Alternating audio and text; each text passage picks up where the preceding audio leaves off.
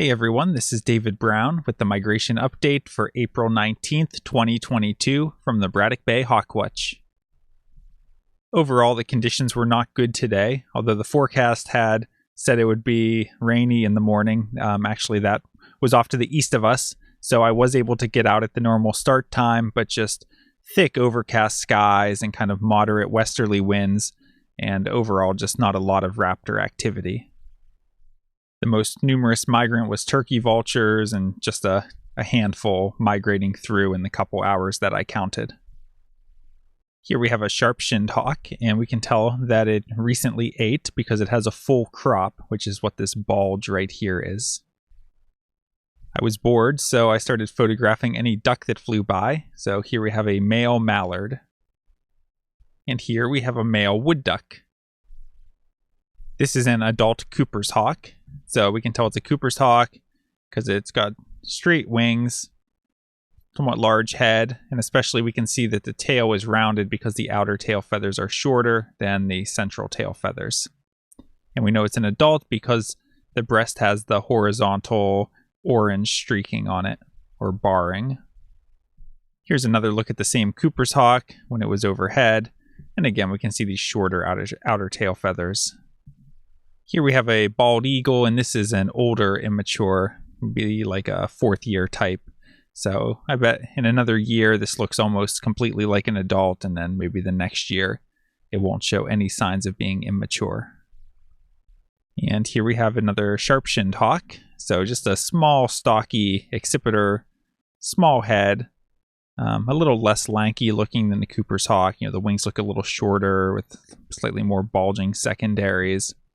The tail, mostly straight across. It shows a little bit of a curve just from fanning it out, but overall you can tell these feathers are about the same length. So, sharp-shinned hawk. If we take a look at eBird today, only 38 species, although I didn't really scan through the ducks super hard. Just a slow day overall, and I ended up leaving around 1:30 because there was rain and ice pellets hitting my car. And if we look at hawk count for the migrant raptor totals, we had 20 turkey vultures, 2 bald eagles, 3 sharp-shinned hawks, 1 Cooper's hawk, for a total of 26 migrants today. I did have 1 new species for the season today, which was a fox sparrow that I heard singing. And taking a look at the forecast for tomorrow, we're looking at mostly sunny skies with a high in the mid-40s and winds west-northwest at 10 to 20 miles per hour.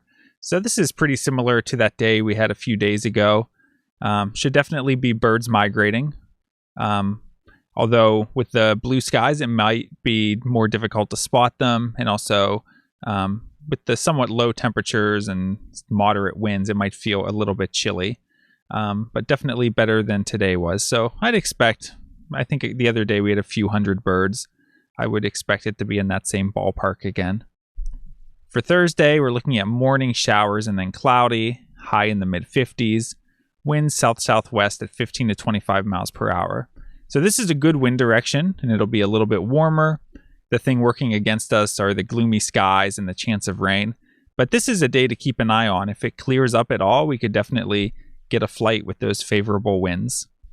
And for Friday, we're looking at sunny with a few clouds, high around 50, and light northwest winds. So again, should be a moderate amount of migration. It's not a terrible wind direction, especially when it's that light. So I would expect a decent day on Friday as well. And one more reminder that this weekend is Bird of Prey Days 2022, which I talked about in yesterday's video. And I'll put a link to this so you can sign up if you're interested. This is an in-person event that's happening this Friday, Saturday, and Sunday. I'll put a link that you can check out the full schedule for yourself and sign up if you're interested. All right, that's it for today. Another short update on a somewhat lousy day, but it gives me a chance to catch up on things, which I'm always happy about. But it looks like we might have a couple decent days coming up tomorrow and then Friday, and maybe even Thursday if it clears up. So keep an eye on the forecast, and this is the time of year that we can definitely get big broad-winged hawk days. So sometimes all it takes is the sun popping out for a few minutes and you'll have a big flight. So I hope I can see some of you later this week and then over the weekend for Bird of Prey days. If you like this video, please hit the like button, and be sure to subscribe and hit the notifications bell so you don't miss any of these daily updates from the Braddock Bay Hawk Watch. This is David Brown. Thanks for watching.